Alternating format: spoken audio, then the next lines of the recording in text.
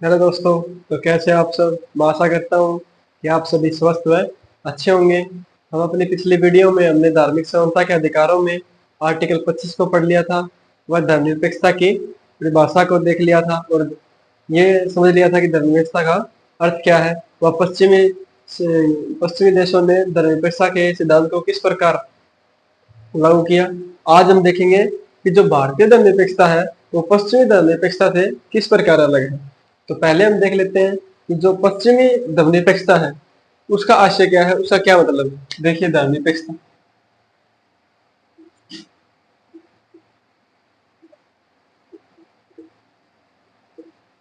That's is secularism. Secularism secularism देखिए, मुख्यतः जो पश्चिम की धर्मनिरपेक्षता है उसमें चार प्रकारों को अपनाया गया है। देखिए, ये हमने देख लिया था कि किस प्रकार पश्चिमी यूरोप के देशों में जो धर्मनिरपेक्षता का अधिकार है वो किस प्रकार लागू हुआ, किस प्रकार उसने धर्म का विरोध किया और किस प्रकार ये सिद्धांत है वो अस्तित्व में आया। आज हम देखेंगे जो पश्चिम का धर्मनिरपेक्षता है उसके अंतर्गत क्या क्या माना गया है, किस प्रकार अपनाया गया है। तो देखिए, पहला जो धर्मनिरपेक्षता उसमें बताया गया है कि जो राज्य है वो धर्म से तटस्थ होगा।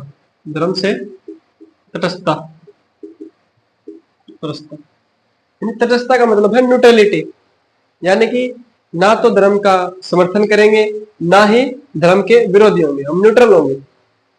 यानी कि हमें ये फर्क नहीं पड़ेगा कि कोई धार्मिक व्यक्ति क्या कर रहा है, उसको करने दीजिए, उसका मन है। ना ही हमें इस बात से फर्क पड़ेगा कि हम उसका विरोध करेंगे, हम क्यों विरोध करेंगे, उसकी इच्छा तो करने दीजिए। ना ही हम उसका समर्थन करेंगे कि कोई व्यक्ति धार्मिक चीजों का नहीं अपना रहा है तो हम उसके पीछे नहीं पड़ेंगे कि तुम्हें अपनाना ही पड़ेगा। लेकिन ना ही तो हम विरोध करेंगे ना ही तो उसका समर्थन करेंगे। हम अपने जो दैनिक कार्य है उसमें संलग्न रहेंगे, उसमें लगे रहेंगे। इतना समय ही नहीं है कि हम धर्म की बातों पर विरोध करें या समर्थन करें। अपने काम से पढ़ने से ही हमें समय नहीं मिल पाएगा, तो अपने काम में बिजी रहिए। दूसरा जो अपनाया गया है वो अपनाया गया है विज्ञान। विज्ञान यानी कि धर्मनिरपेक्षता में बताया गया है कि अंततः हमें जो छुटकारा मिलेगा वो भगवान से नहीं, हमें धर्म से नहीं, अंततः हमें जो छुटकारा मिलेगा वो विज्ञान से मिलेगा।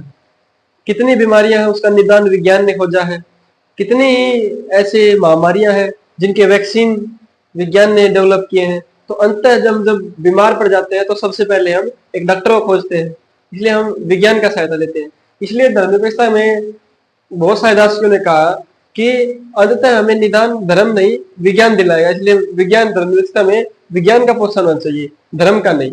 धर्म का महत्व नहीं, विज्ञान का महत्व होना चाहिए।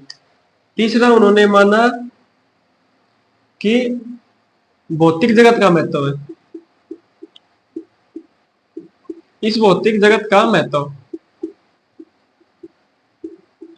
यानी कि ये जो जगत है, ये जो पृथ्वी है यही सत्य है। हमें नहीं पता परलोक में क्या है क्या नहीं है, ना ही हमें जानना है। जिस चीज को जान ही नहीं सकते, जिस चीज को देख ही नहीं सकते, उसके बारे में सोचकर क्यों अपने जीवन के अमूल्य समय को गंवाया जाए। क्यों ना उससे उसे जिस चीज को जाना ही नहीं जा सकता, जिस भगवान को जाना ही नहीं जा सकता, कोई जान ही नहीं सकता, उसमें हम अपना समय बर्बाद क्यों करें।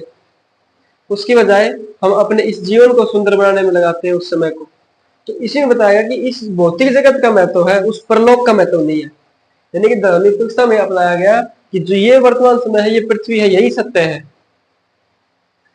उसके बाद उसमें अपनाया गया कि नैतिकता धर्म से अलग है, बिना धार्मिक हुए भी नैतिक हो सकता है। यानी कि नैतिक धर्म, नैतिकता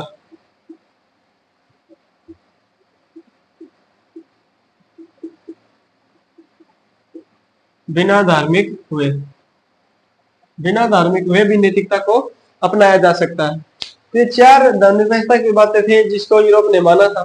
अब देखिए, भारत किस प्रकार इस धर्मनिरपेक्षता पश्चिमी सिद्धांत से किस प्रकार अलग है। भारत भी ये मानता है, भारत भी धर्म से तटस्थ रखता है। भारत ना ही तो किसी भी धर्म, विशेष धर्म को प्रोत्साहन देता है, ना ही किसी के धर्म के प्रति विरोध का भाव रखता है। इसलिए आप देखेंगे भारत में इतनी विविधता है, इतने धर्मों के लोग रहते हैं जो इतने शालीन तरीके से रह रहे हैं, इतने समय से, काफी समय से रह रहे हैं।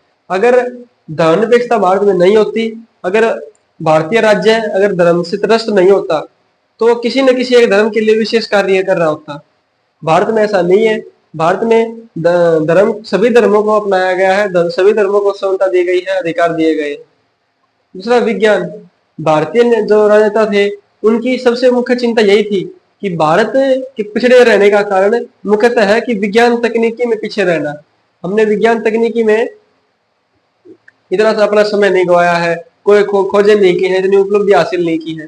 इसके कारण भारत अपने पारंपरिक प्रथाओं में, कुप्रथाओं में, इनमें संलग्न है, जिसका कहीं ना कहीं समर्थन धर्म कर रहा है।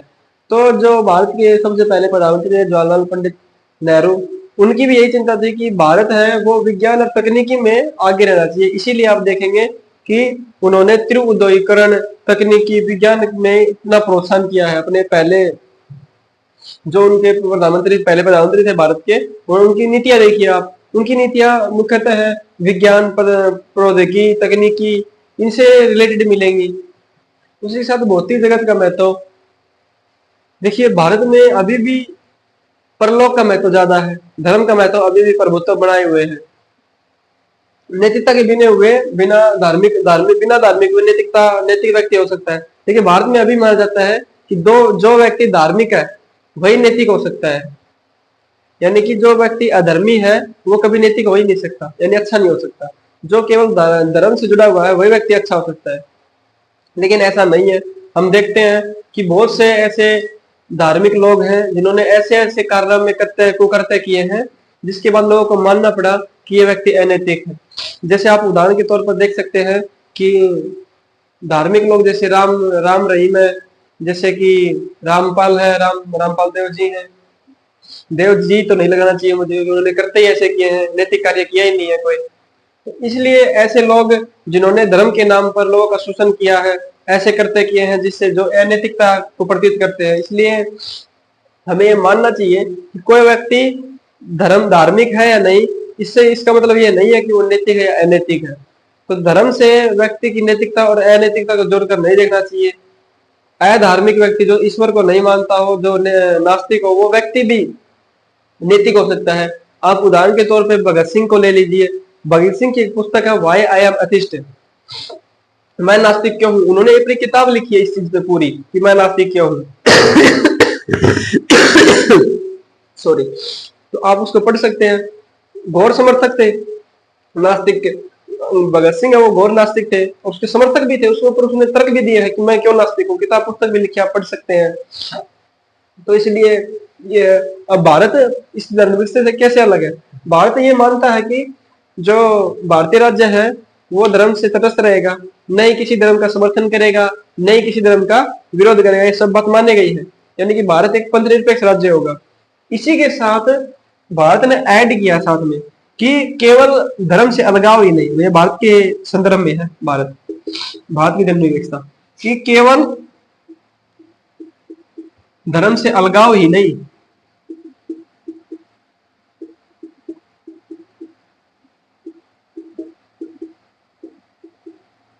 बल्कि सभी धर्मों का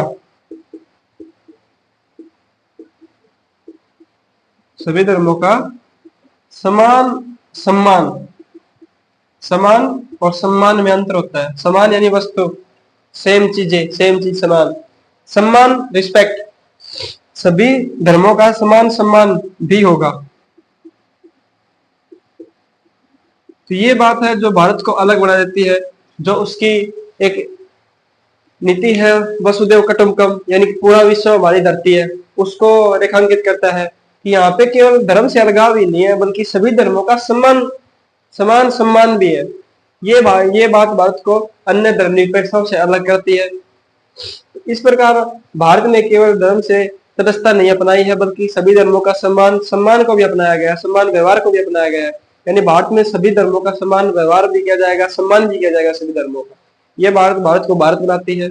जो उसकी नीतियों में झलकती है, उसकी जो थीम है वसुदेव कुटुंबकम, जिसका अर्थ है कि संपूर्ण धरती, वसुदेव यानी कि संपूर्ण धरती हमारा संपूर्ण धरती हमारा घर है, संपूर्ण धरती में हमारा भविष्य है। इस प्रकार संपूर्ण पृथ्वी हमारा, संपूर्ण धरती हमारा परिवार है। इस नीति को लेकर चल रहा है, जो कहीं ना कहीं दिखाती है कि भारतीय जो धर्मनिरपेक्षता है वो किस प्रकार अन्य देशों से अलग है।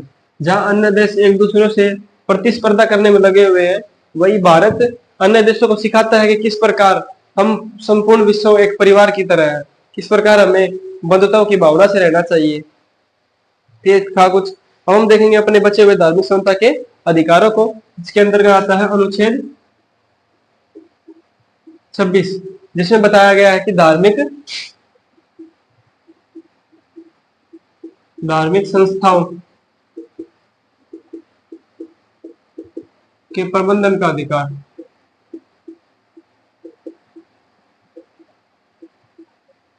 अधिकार। उसी के साथ इसमें बताया गया है कि धार्मिक संस्थाओं या दान कार्यों की स्थापना व प्रबंधन का अधिकार।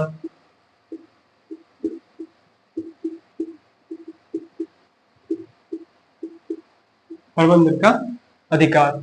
उसी के साथ इसमें बताया गया है कि चल अचल संपत्ति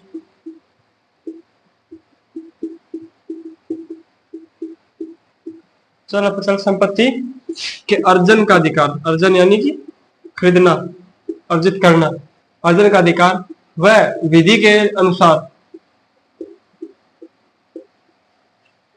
के अनुसार उसके प्रशासन का अधिकार।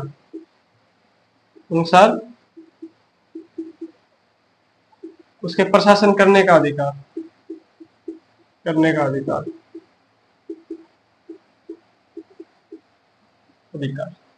यह सब बातें अनुच्छेद 26 में बताई गई है। इसी के साथ हमारा अनुच्छेद 27 अब हम देखेंगे कि अनुच्छेद 27 में क्या कहा गया है। जो हमने समझा ना अभी तक कंसेप्ट, जो कंसेप्चुअल बात थी, जैसे धर्मनिरपेक्षता एक कंसेप्चुअल बात थी। उसी के साथ जो धर्म क्या है, धर्म का अर्थ क्या है, धर्म की जो धर्मनिरपेक्षता की जो परिभाषा है वो कहाँ से चलकर आई है, सिद्धांत कहाँ से पैदा हुआ है, किस प्रकार इसमें धर्म से टकराहट की है, ये सिद्धांतों को समझना आवश्यक था। ये समझ लिया तो उसके बाद ये आर्टिकल है, ये इन्हीं से निकले हुए हैं, इन्हीं सिद्धांतों से, इन्हीं दार्शनिकों ने अपने अपने विचार दिए, इन्हीं विचारों से ये निकले हुए, और हमने अपने संविधान में ऐसे मूल्यों को आत्मसात किया हुआ है, स्वीकार किया हुआ है। तो देखिए अनुच्छेद हमने 26 देखा, उसमें कुछ अलग बात थोड़ी थी। वो जो बातें हमने कंसेप्ट में पढ़ी वही बात तो थी कि सभी धार्मिक संस्थाओं को प्रबंधन का अधिकार होगा। उसके बाद हमने कि सभी धार्मिक संस्थाओं दान के कार्यों को स्थापना प्रबंधन का अधिकार होगा। तो ये धर्मनिरपेक्ष राज्य है, जब तो सभी धर्मों को ये अधिकार दिया है। अगर धर्मनिरपेक्षता नहीं होती तो हम केवल एक ही धर्म को ऐसा करने का अधिकार देते, केवल एक ही धर्म को कुछ विशेष अधिकार देते, जबकि हमने धर्मनिरपेक्षता अपनाई है, उसे कंसेप्ट को समझा है, इसी कारण हम ये सभी धर्मों को ऐसे अधिकार दे रहे हैं। तो कंसेप्ट समझना आवश्यक है। देखिए अनुच्छेद 27 में कहा गया है कि जो राज्य है, राज्य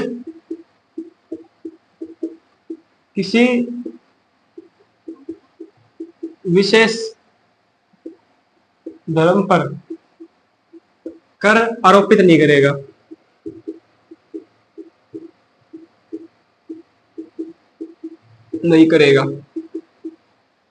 तथा कर का उपयोग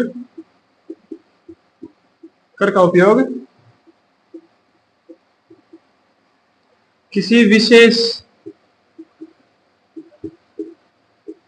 धर्म के उत्थान के लिए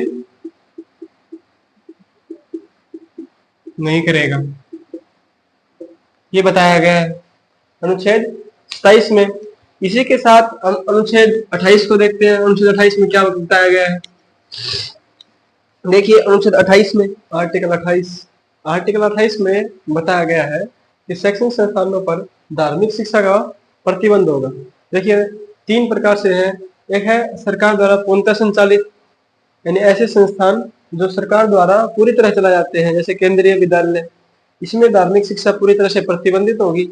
इसी के साथ ट्रस्ट द्वारा संचालित जैसे पतंजलि हो गया, ट्रस्ट द्वारा संचालित है, इसमें केवल अनुसंधान अनुसंधान कार्यों के लिए, इसके लिए धार्मिक शिक्षा दी जा सकती है।